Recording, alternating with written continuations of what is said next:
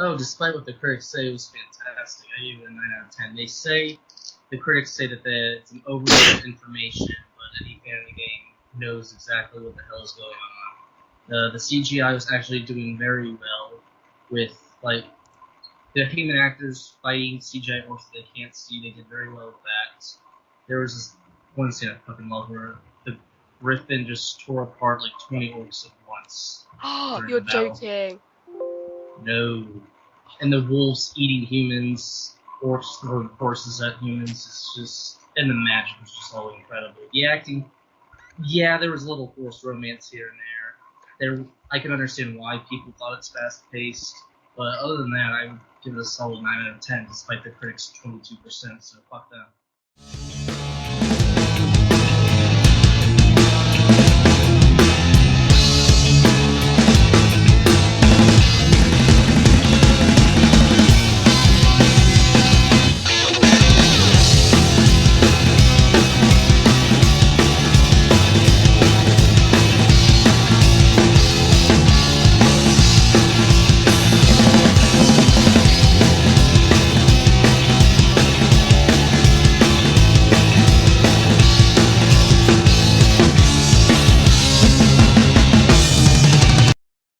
Yeah, anyway, let's just go ahead and get straight into the questions. So the first one would be, which is the worst second season of an anime? And if I don't know what the anime is, go into great detail about it, please.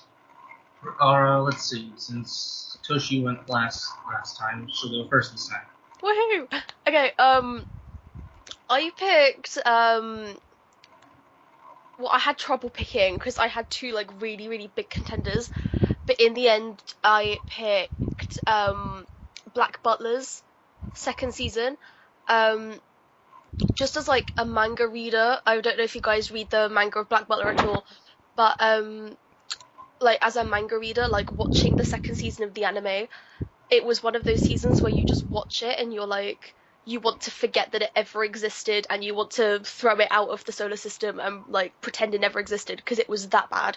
Like, the first season had a really, like, I can't remember where it left off in the first season, but I remember that it had a really, like, impactful kind of ending. And when they said originally there was going to be a second season, everyone was like, oh my god, like, Black Butler. Um, and the second season literally just ignores completely what happened in the first season. Um, Basically, most of the character development of the other characters is, like, thrown, and they focus so much on the Seal Sebastian relationship, um, that, like, all the other characters that were so key in the first season were, like, pushed aside. Um, and then, like, a lot of it's filler compared to some of, like, the events in the manga, and it's just, oh, like, literally, it's one of the worst things I've ever laid eyes on. Alright, Ultra. Can I just ask, Toshi, do you have your recording software working? Yes, I do. Okay, just want to make sure of that. This one was actually a very easy choice for me.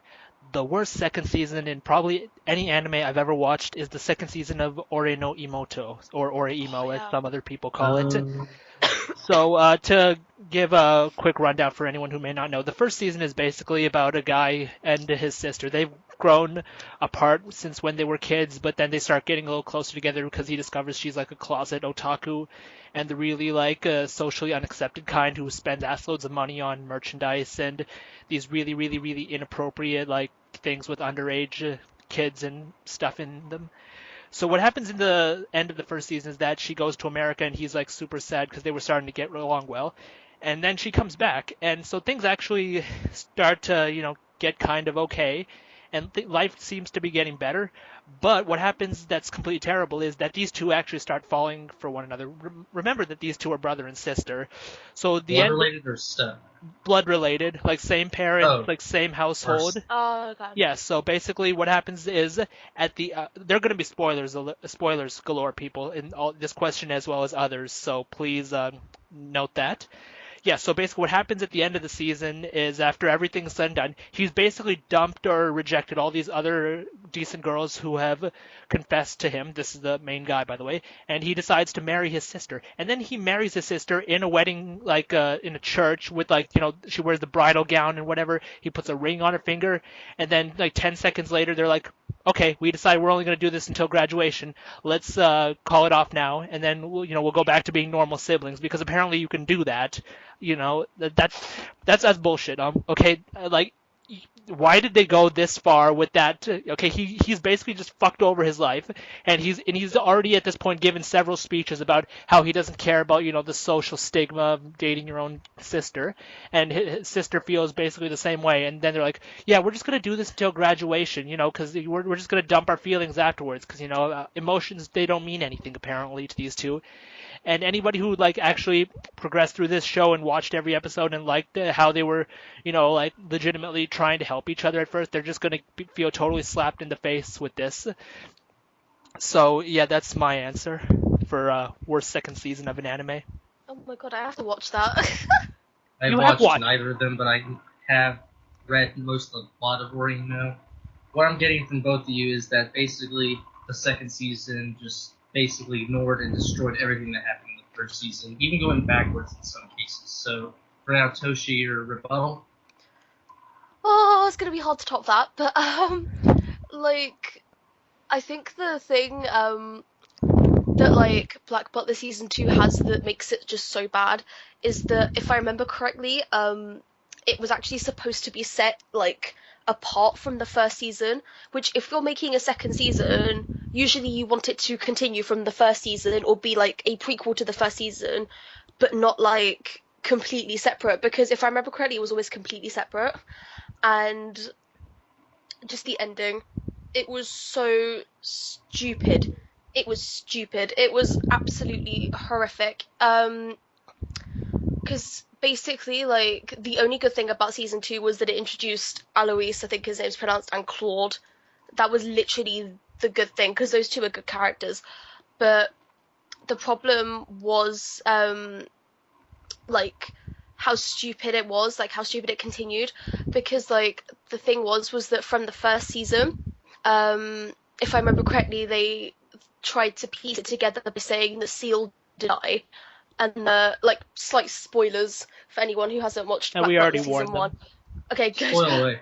Spoiler alert. But, no, if I remember correctly, Seal didn't die at the end of Season 1, and, Sebastian didn't steal his soul to begin with, so he lost his memories, and I'm just at the, it would have been a lot better if that season had just never existed, and they just left it off at him dying. It would have been so much better. But yeah, because season 2 ended? No, that's how the season 2 began. I can't remember exactly how it ended. All I remember is that it was stupid. But I'm just thinking when I haven't watched the show Ultra's talking about. I have to write that down and watch that later. I was almost certain you would watch this show. Yeah, I think I've seen a Your bit of avatar on the wiki used to be the main girl. Oh, then I think I have seen some of it, yeah. Yeah.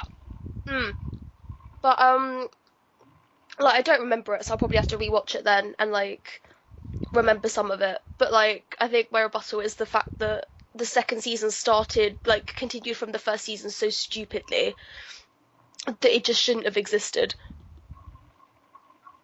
Alright, Ultra, rebuttal. Why is Ori worse than Black Butler in this regard? I admit I haven't actually seen much of Black Butler. I only know whatever I've heard from a few of my friends, like Wrath and various people from different sites. But as far as I can tell, what I'm getting that the general problem with the second season of Black Butler is deviations from the manga and some mess-ups in the characters, and fair enough, that's the reason to hate it, but I don't see that as being on par or worse than, Orimo's second season, going into topics like incest and characters behaving just beyond the realm of common sense, or, even if the whole love is blind argument you want to use, this is just still too much. This content, in my opinion, is legitimately objectionable, and really nobody likes this second season, as far as I've heard. I don't know anybody who personally likes it among among my friends who've seen it. And I'd like to point out as well that while the build-up is going, their parents, they actually don't know what's happening. Like, they kind of suspect it, but they don't know. So they actually send the boy to, like, live away, on his own or something in an apartment. And mind you, their dad's, like, a police detective, and he's a really big guy. And apparently, like, and in the first season, he was, like, pretty smart. He could figure things out pretty easily, but he still couldn't, like, really get the idea, even though he had some kind of suspicions. And all the side characters in this show, they were just completely tossed away. Like, they'd been there since more or less the first season, and there have been a lot of things going on with them and the main guy, and he completely rejects them for completely nonsense reasons. And I just feel that Orimo's second season is just a way bigger slap to the audience, because you've gone from this show about and there were some really strong performances in the show, and it's like they were kind of trying to work along what was going on, because early on the speeches were about acceptance of people, and then you've got these same guys going into it, like, topics and discussing how it's I don't care about this. I'm going to date my sister if I want to, and it just gets completely. It just boggles my mind how anybody thought that this second season going this route was a good idea.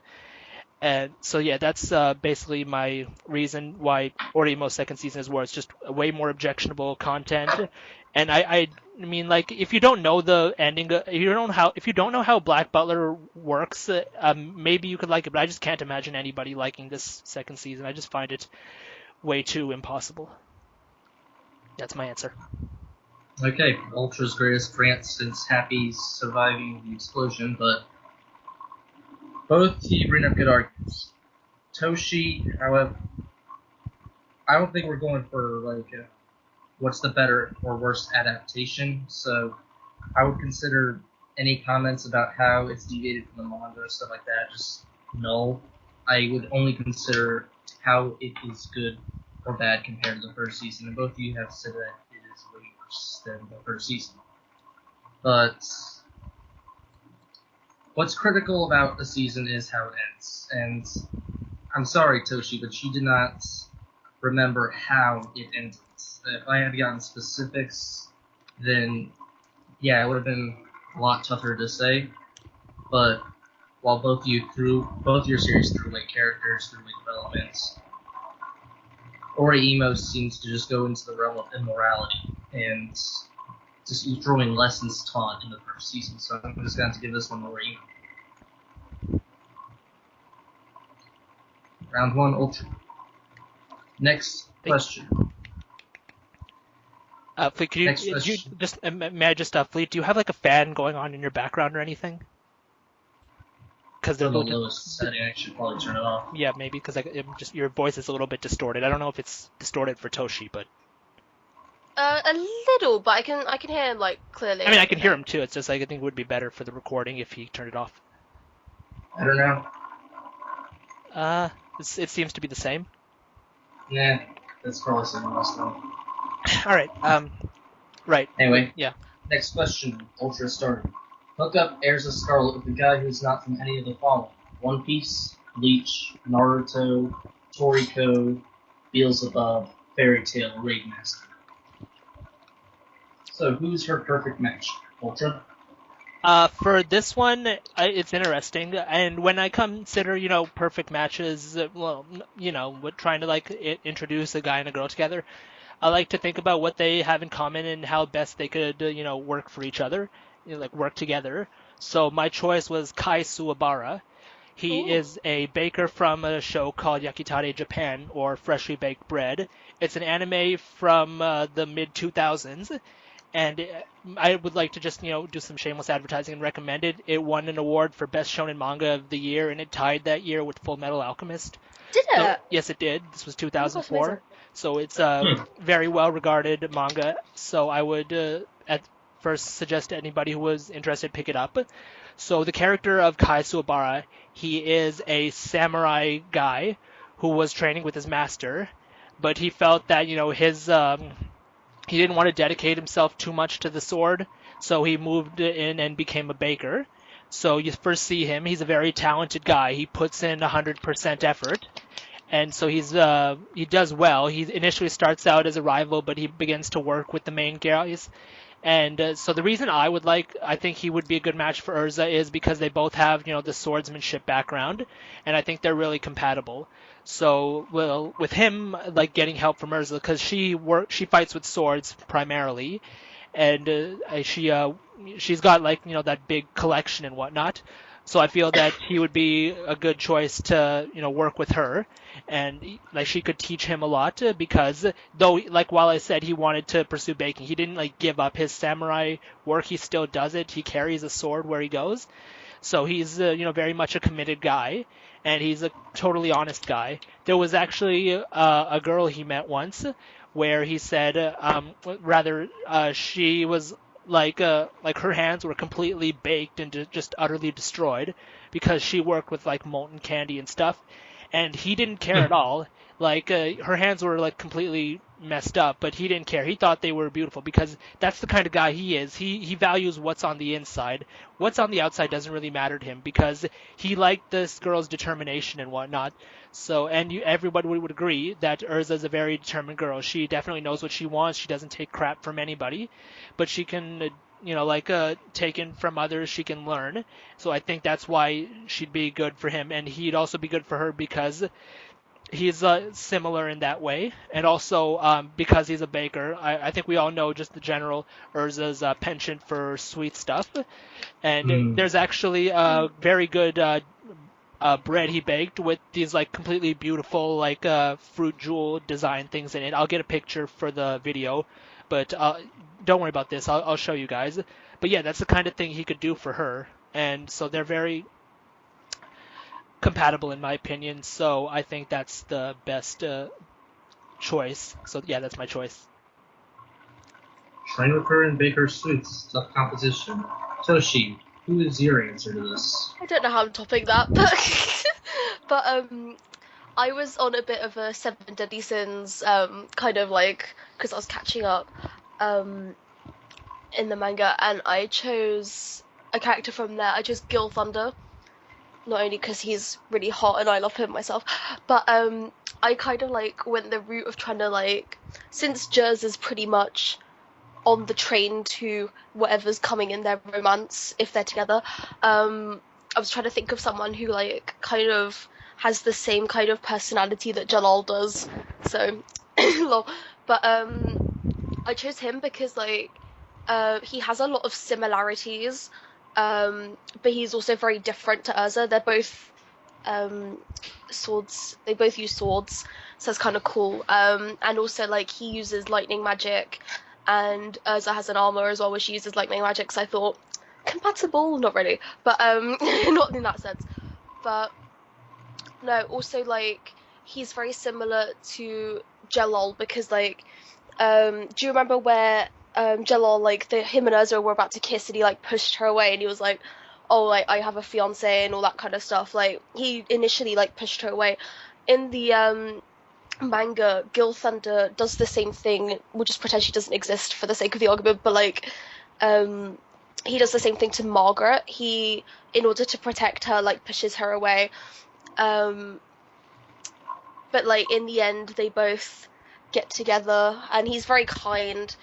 Very honourable as well, and I feel like those two would be quite good for each other. How they can train with each other.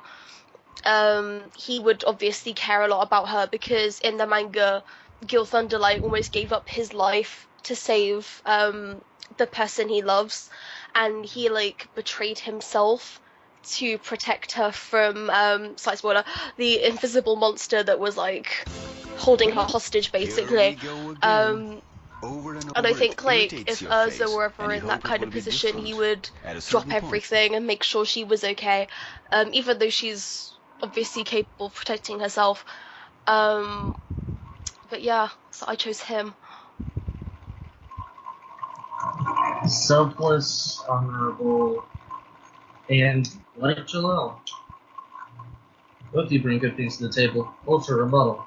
Aw. Okay, well, from what I could basically get from Toshi's argument about Gil Thunder is basically a lot of it depends on him being like Jalal. But the reason that Urza has that connection with Jalal is because they met when they were children. They were in a very similar situation. Whereas Gil Thunder's situation, from what what I remember of reading the Seven Deadly Sins, admittedly I have not watched the anime, but his past is quite different, and he is also, a guy with a job. Basically, he's a knight or something, and that's why he basically uses a sword. Kai Suwabara is dedicated to his sword, and he's also dedicated to Urza, but he's a guy who can spread things around, and he's also like 100% capable of being, the emotional guy that a woman needs.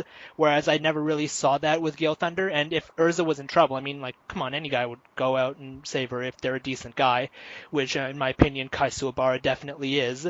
I just see more of a connection possible with these two. I mean, yeah, they can train. I think both of them could, train together and learn from each other in that particular way.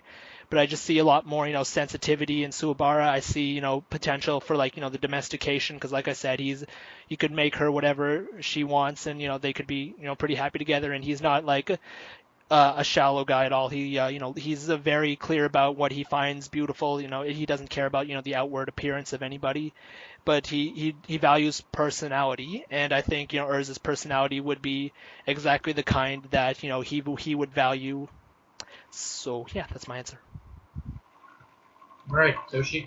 Well, just about what you said, they actually do have very similar circumstances, because in the manga it was revealed in the fight against Hendrickson, I think it was around there, that Gil Thunder was actually friends with Margaret when they were children, because he was also friends with Veronica and Elizabeth, and through that he became friends with Margaret, and then he eventually grew to like become her like knight and everything. And he uses a sword because he's a knight, but he also uses it because he's like dedicated. It's like the same way you said that Kai Suwabara is dedicated to his sword. It's exactly the same, because he has it as a job, yeah, but he could, like, Hauser uses a spear if I remember correctly, and so does Gila, I can't remember her name, Gila, but she uses a spear as well. He could use any weapon, he uses a sword. But why did he choose the sword in particular? Does it ever get explained?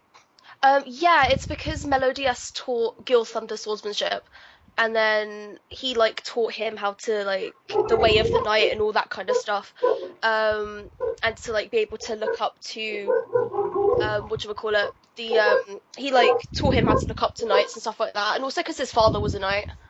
His father was one of the 3 great knights before he was killed, so that's why he goes along that path.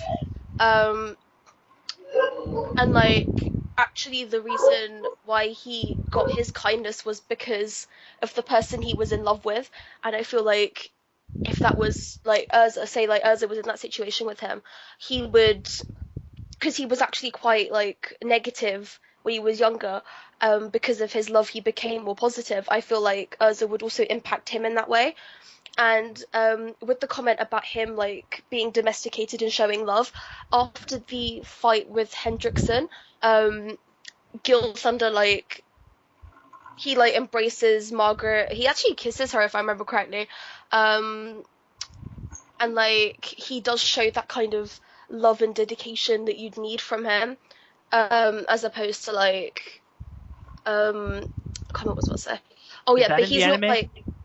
Pardon? Is that in the anime? That I don't remember. I think the anime left off at that bit. Like, it was definitely in the manga. I can't remember or not if it was in the anime, but a lot of his like, because the anime left quite a lot out, like in terms of fleshing out the characters. A lot of like that stuff is shown in the manga. At the end of the Hendrickson arc, but yeah, like he can be quite domesticated. If I remember correctly, he actually says like he says farewell to Margaret, but then he says that like after what he needs to do, like when the demons pop up and everything, slight spoiler, after like what he needs to do, he will come back and he will stay with her forever. Like, so I feel like he can be domesticated, he can be that like kind person you need to turn to, and he is very dedicated as well. Okay, I mean, what my domestication, the dedication thing was what you seem to be arguing. The domestication thing is just working as being a good husband. I mean, and specifically the food thing. I mean, Yeah. Kaisobara just demonstrated, in my opinion, but I don't remember Guild Thunder doing it. But okay, whatever you say, because you seem to have gotten farther than I have in the manga. Yeah. Okay, yeah. So I think we're both done with this fleet. This is tough. I mean, as Ultra said, this guy is dedicated to the sword and is a baker, which Erza loves his. But Gil Thunder is more dedicated to what he loves, aka Margaret, and has taken up the sword for her. And you said he turned against his own values for her, Toshi? He does for like 10 years. He like betrays his personality for 10 years. That is something that I would see Erza doing, because she's probably dedicated to the sword, but she uses other weapons, and if there's anything she's more dedicated to than the sword, it's her friends, Fairy Tail, Jalal, people like that. Excuse me, there's a train. He's off to invite him. It's gone. Oh shit. You need to host one of these on the train on time, but anyway. I have one, but it's not. That's only for domestic inter-travel train. This one is express. This one travels all around the country. I'm sorry, please continue. Anyway, it's really difficult, like 49%, 51% for me. But I mean, I get what you're both saying. They would both be dedicated to Erza, but the part of Gil Thunder going 10 long years of just betraying himself and other people, even, and who he is for Margaret, just kind of strikes me as something that Erza would probably do herself. So I think we're going to have to go with Gil Thunder on this. Thank you. Okay. Anyway, question 3. What is the best anime set in a high school? And if we had any Hungry on here, I know his answer would be D. But what are your answers? I'm sorry, I didn't get that joke. Hungry would obviously put high school DSD if he was on here. And and Wrath and anyone may. I wasn't aware that Hungry watched that anime. Okay. Any guy does. But anyway, Toshi, your answer first. Best anime set in high school. Oh my god, high school DxD brings back memories. I chose Angel Beats, just flat off. The moment I had like set in a school, I was just like Angel Beats. Like that was the one because it was one of my first animes, and I remember it was so sad. And it was really like not what a typical school anime is, because usually anime set in schools are like slice of life. They're quite funny. But like this one kind of stood out to me because of how serious it was. So for those who aren't familiar, the story of Angel Beats is this guy called Yuzuru. He wakes up with amnesia, and he doesn't realize it yet, but he's actually dead. They're in the afterlife, and they're in this like place between heaven and like life and death. Basically, they're in purgatory, and he meets this girl called Yuri, and then Yuri's telling him that everyone's dead, and then like she tells him that they have to fight the student council president Angel to survive. So they basically think that they have to kill her, so that they can go through on the afterlife, basically, so they can get to heaven. And then as you progress through the episodes, you kind of go in detail into each character, and you find out like how they died, and then usually at the end of those episodes that character will actually move on and they'll go up to heaven. So like well, there's the one about, I think it was Yuri's family got killed, like murdered, like her and her family got like held hostage and murdered or something.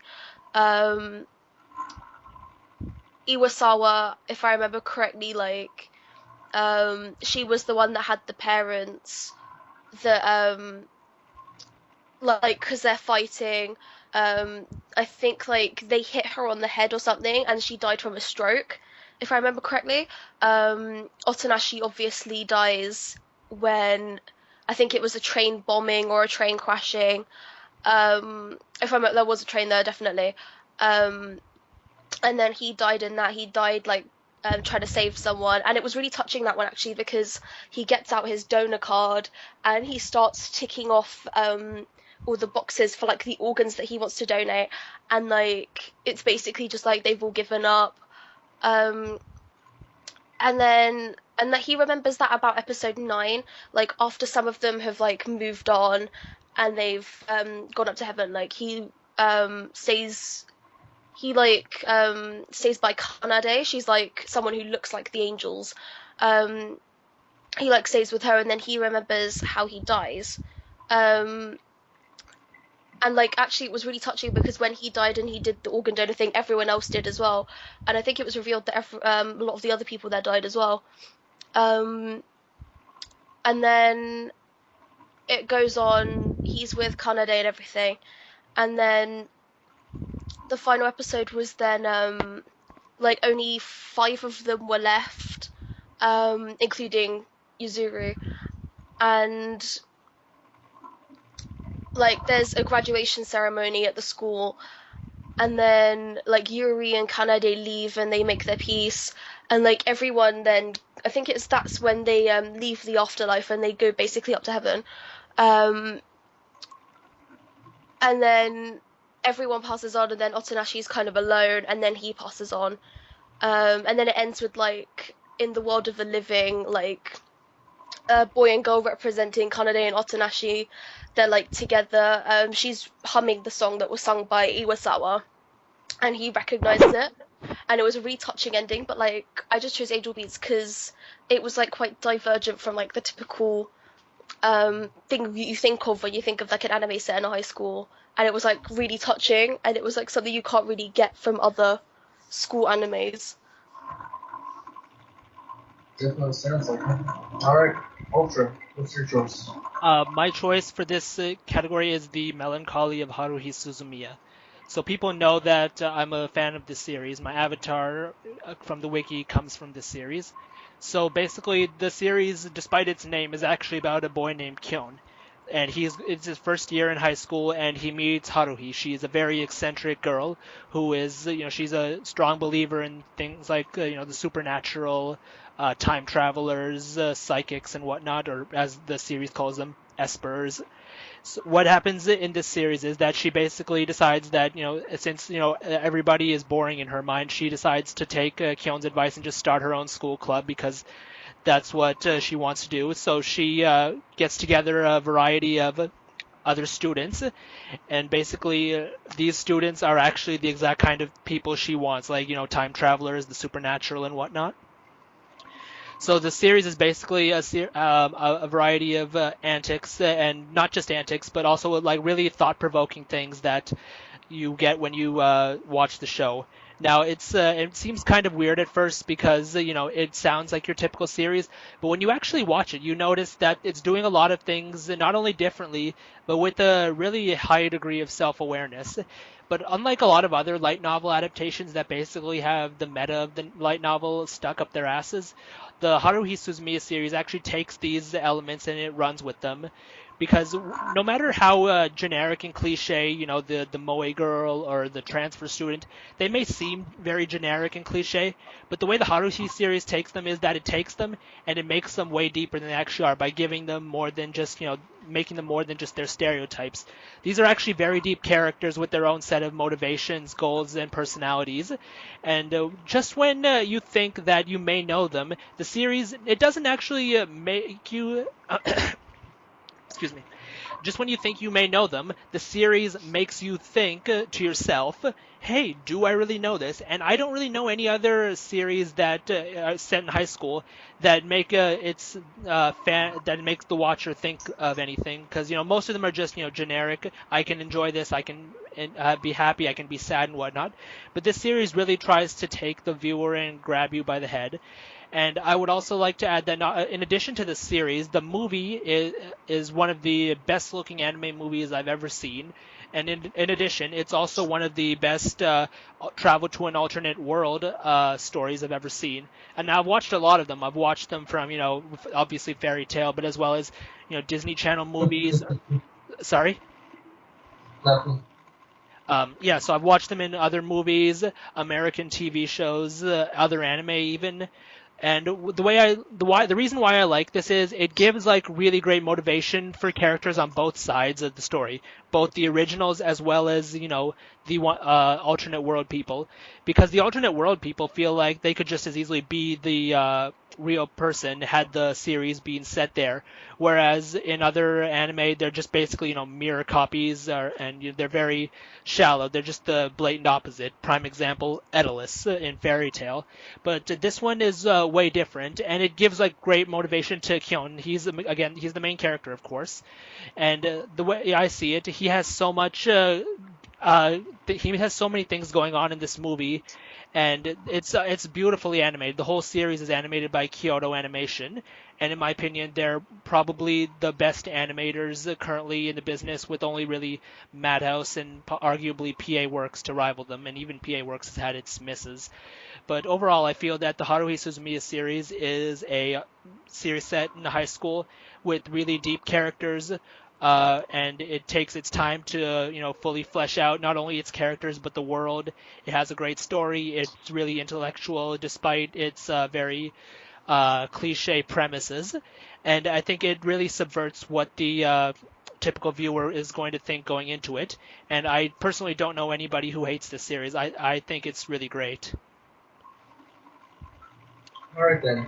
So, it sounds like, so far, that Angel Beats derives from the stereotypical high school setting, with its setting, its plots, and otherwise.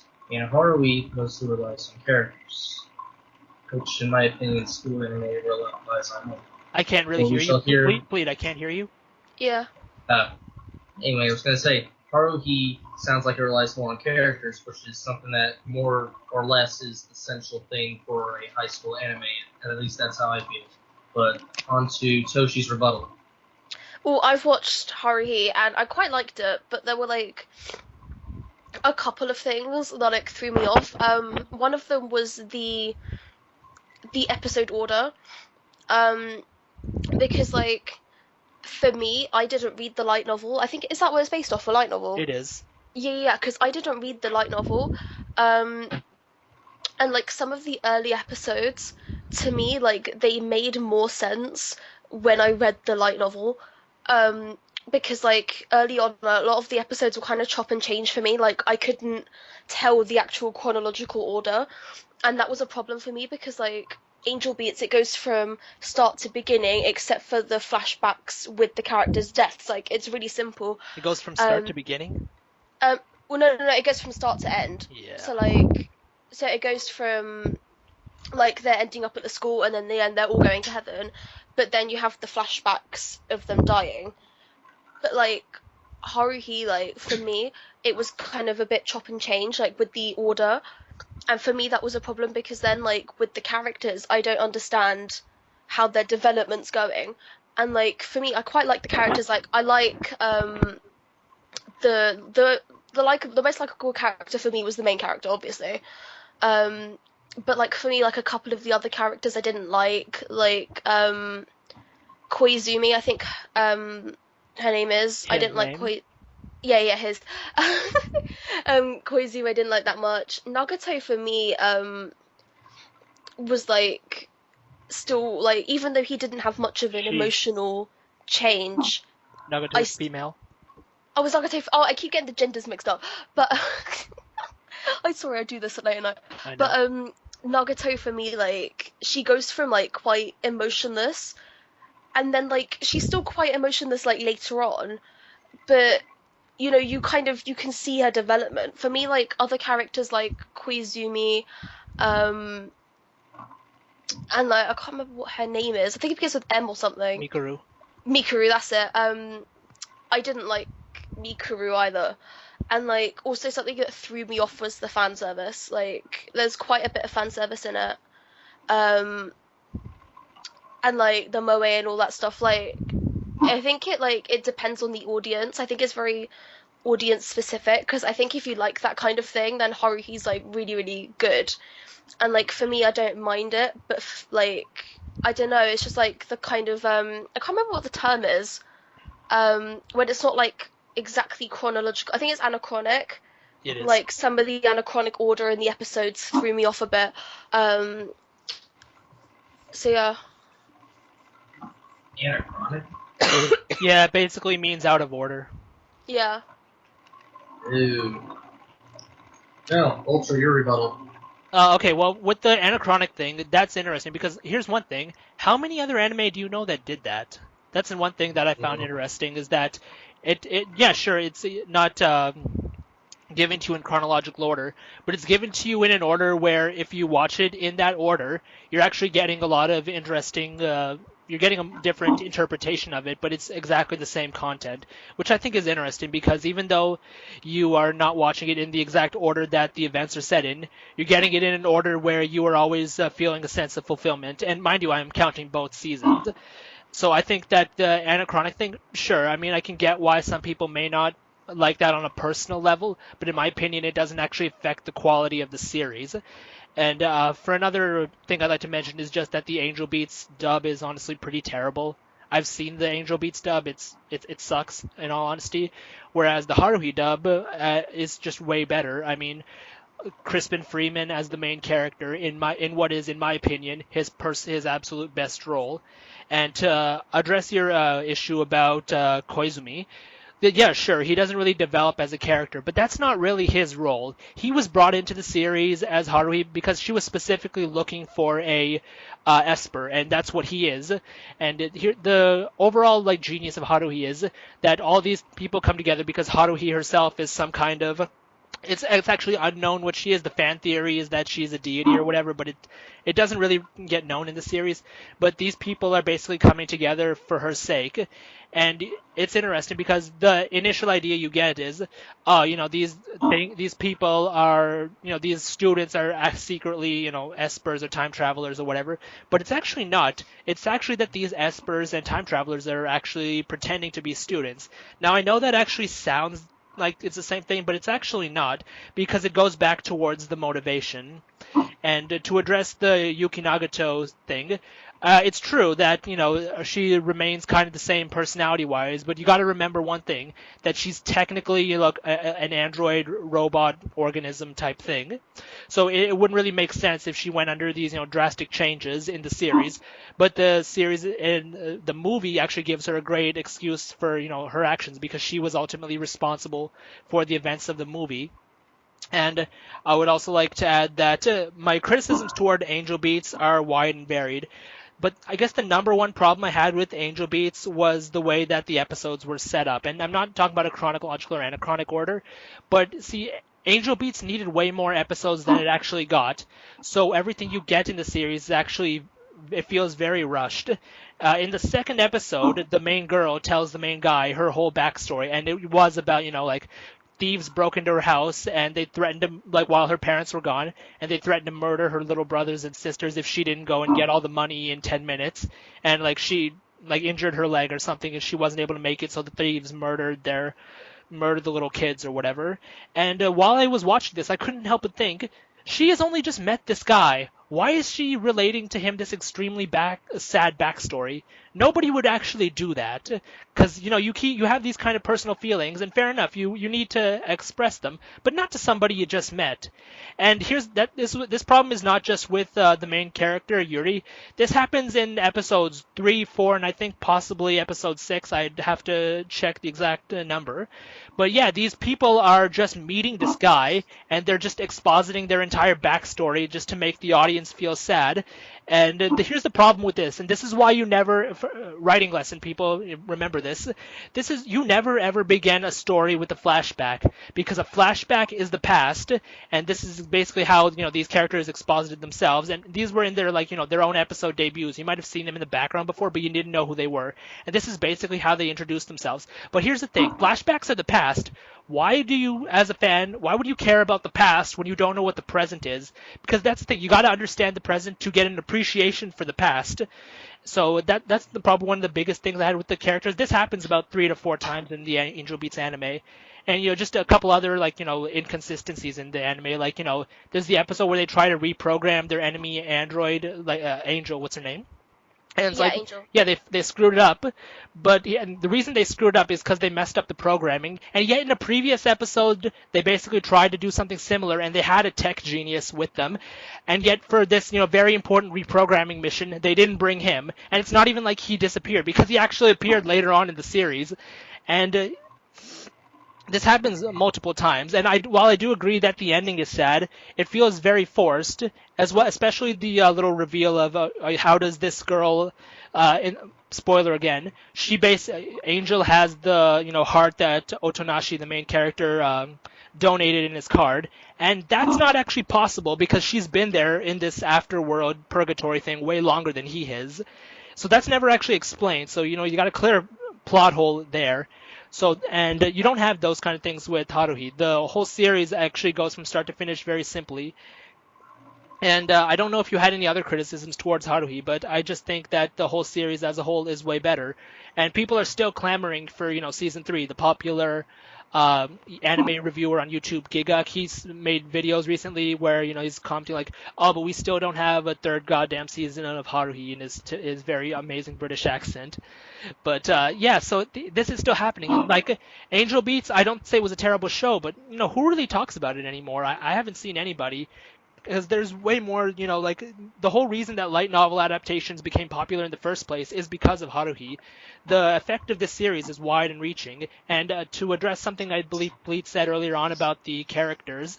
That it's very character-based. While it is very character-based, it's also about, the general idea of what characters can do for a story. Is the series... Excuse me. Excuse me. Yeah, so is the series directly based on a set plot? No, it's really not. It's more of, the deconstructions and the undertakings of these characters. And to address the fan service issue... true. That's not. I can't really deny that there is fan service, but it never reaches anywhere to the level of Fairy Tail, and I would even argue that it's not on the level of, One Piece, for example. There's no, naked asses or whatever. There's just, some bunny suits, some swimsuits, some cleavage and whatever, which is, pretty typical for any anime these days. So I don't see that as actually being any kind of terrible distraction. I could probably, watch the Haruhi series with my cousins, for example. But I would never watch Fairy Tail with them, for example. So I don't really think there's any real thing that that I find to be a direct problem with the Haruhi series. I think it's an amazingly well-written series that's a lot deeper than people give it credit for. That's amazingly animated, is amazing in sub as well as dub.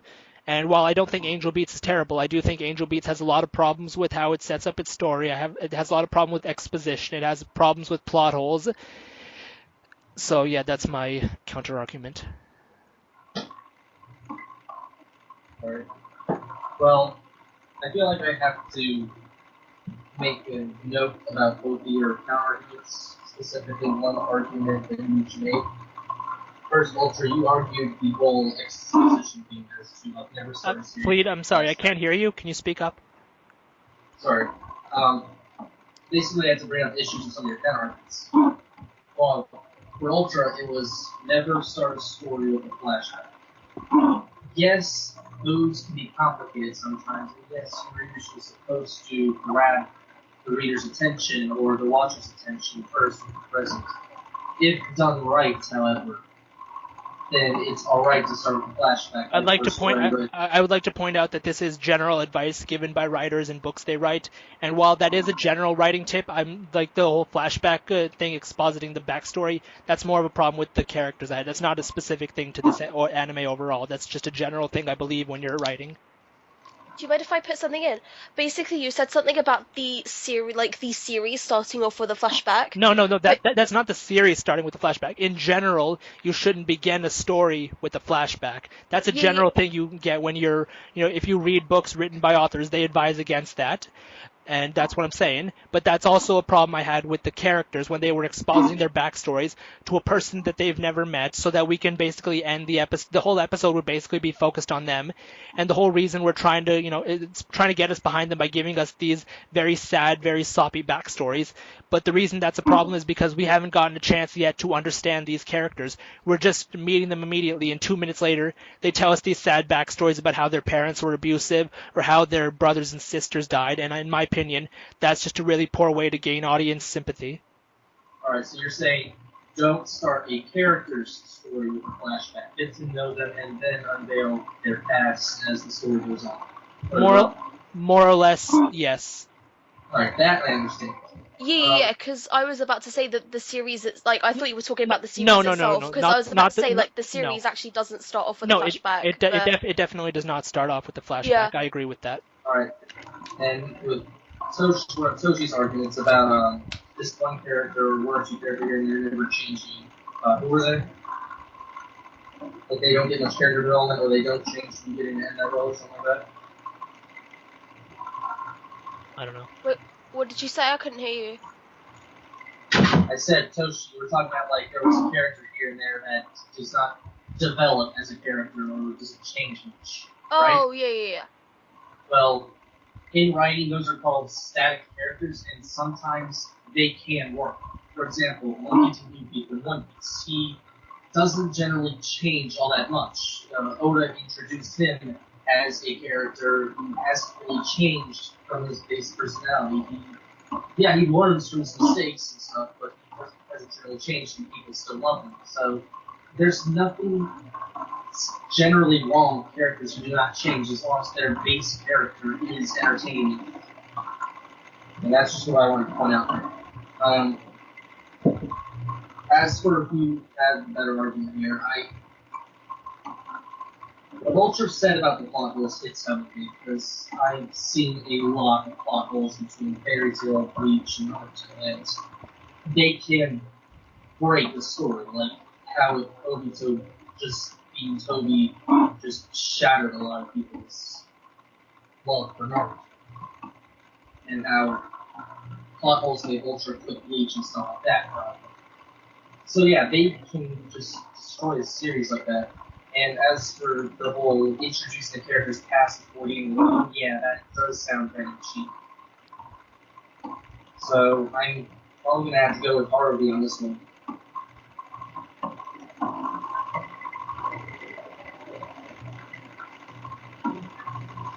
So with that, Ultra won round 1 and 3, and Toshi won 2, so Ultra wins this debate. Woohoo! Thank you. A good debate though, Toshi. I actually had to fight for this one. Thanks.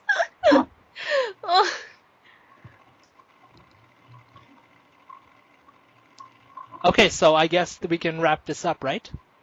I guess so, yeah. Yeah, God, I hope this recorded. Okay, people, we will hopefully be back in 2 weeks. I think that will be the frequency with which we post these debates on the wiki. So we hope that you enjoyed this debate, and we will see you then. If you are watching this and you enjoyed, please leave us a comment and share this on any social media such as Twitter, Tumblr, Facebook, Snapchat. Well, no, not Snapchat. That doesn't work. But yeah, something. Whatever you guys like. So thank you for your time. And if Fleet and Toshi, do you guys have anything to say? I'm just surprised that neither of you went for Assassination Classroom. Oh shit, I forgot that existed. No, I didn't forget it, but I mean, I like it, but I have plenty of problems with that series too, so I mean, that's why I didn't choose it. I like the Haruhi series more. Oh, I love Assassination Classroom. I like it too, it's really good, and I was pretty sad when the manga ended, but yeah. Same. And the anime is not technically over, so. I just thought the guy blows up the moon at the beginning. You should finish it, it's good. But yeah, do you guys have any more to add? No. No, I don't either. I think we're good. Alright, I think we're good too. So thank you guys for your attention, and we will see you in a few weeks. Take care. See ya.